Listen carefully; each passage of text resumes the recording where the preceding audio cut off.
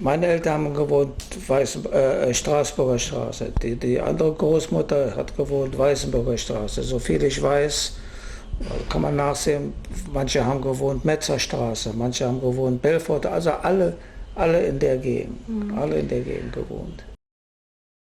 Die Plätze, die ich sehe, sind ist alles von Erinnerung, alles von erzählt. Zum Beispiel gestern sind wir gegangen in der Nähe vom Dom, da war Tiergarten, ja, da war ein Zeichen, Tiergarten. Es ist, wie ich sage, ich weiß, aber der Name ist mir alles bekannt vor. Oder wir sind dann, wie wir das letzte Mal hier waren, sind wir weggefahren mit der U-Bahn Senefelder Platz.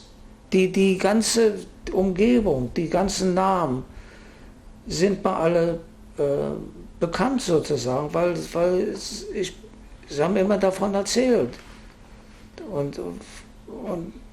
Aber ich kann, darum sage ich kann nur von der Erzählung sagen. Aber natürlich haben sie alle hier gewohnt, wie ich gesagt habe, in der Belforter Straße und in der Metzerstraße und in Prenzlauer Allee und die haben alle hier gewohnt.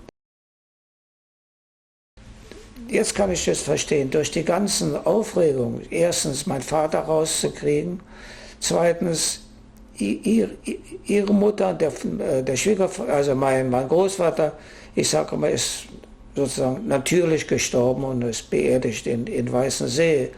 Aber er musste, also meine Mutter auch, mein Vater, sie musste also ihre Mutter hier lassen. Sie mussten die Schwiegereltern hier lassen und wer noch hier war von der ganzen Familie, mussten alles hier lassen. Und es ist natürlich, kann man verstehen, dass das schwer ist und geht doch auf, wie man sagt, es geht doch auf die Nerven. Und nachdem, meine Mutter war sehr, wie soll man sagen, sehr nervös, es hat sie getroffen. Und sie hat immer gesagt, und auch später kam das durch den Bürgermeister, da war es doch, dass ehemalige Berliner oder Berlinerinnen kriegen Einladung nach Berlin zurückgekommen, wie sie gesagt haben, zu der Stadt ihrer Heimat oder so. Ich meine Mutter hat nicht lange, sie hat immer gesagt, wie das gekommen ist, sie war so, wie soll ich sagen, so bitter, dass sie gesagt hat, sie würde nicht mehr deutschen Boden betreten.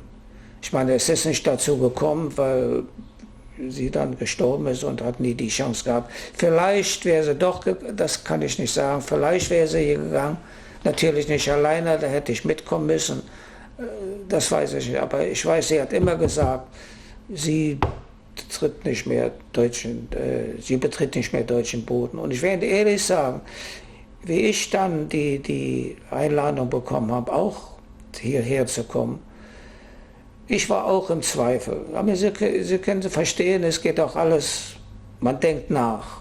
Ich werde ehrlich, ich kann nur die Ehrlichkeit sagen, man denkt nach.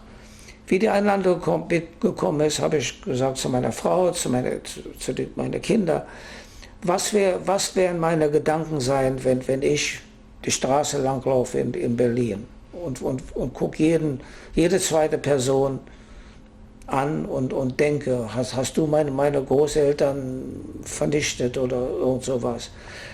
Aber auf der anderen Seite habe ich gedacht, wer hätte mal gedacht, dass